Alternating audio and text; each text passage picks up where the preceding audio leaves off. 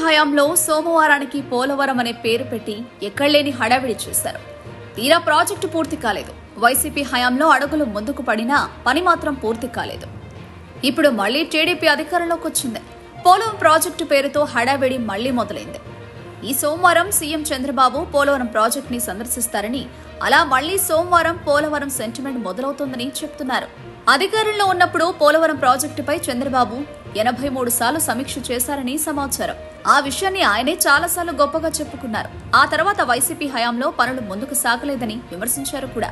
తిరిగి ఇప్పుడు అధికారంలోకి వచ్చాక పోలవరం ప్రాజెక్టుపై ఆయన ప్రత్యేక దృష్టి పెట్టినట్టు కథనాలు వెలువడుతున్నాయి.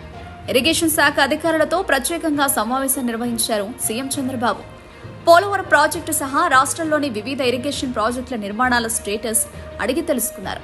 సోమవారం పోలవరం ప్రాజెక్టు సందర్శన ఉంటుందని అంటున్నారు. అక్కడి నుంచి చంద్రబాబు గత ప్రభుత్వంపై విమర్శనాస్త్రాలు సంధిస్తారని తెలుస్తోంది. గతంలో వైసీపీ మంత్రులు పోలవరాన్ని ఖచ్చితంగా తామే పూర్తి చేస్తామని చెప్పేవారు. అసెంబ్లీలో గత మంత్రుల ప్రసంగాలు ఇంకా సోషల్ మీడియాలో వైరల్ అవుతూనే ఉన్నాయి. ఇప్పుడు టీడీపీ కూడా ఇలాంటి వ్యాఖ్యలు చేయడం విశేషం.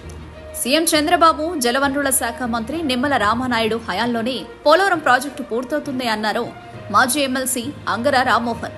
నిమ్మలకు జలవనరుల శాఖను కేటాయించిన సందర్భంగా పశ్చిమ గోదావరి జిల్లా పాలకొల్లులో రైతు సంఘాల ఆధ్వర్యంలో కాటన్ ధర విగ్రహానికి పూలమాలలు వేసి కేక్ కట్ చేశారు. టీడీపీ హయాంలోనే పోలవరం పూర్తవుతుందని ధీమా వ్యక్తం చేశారు.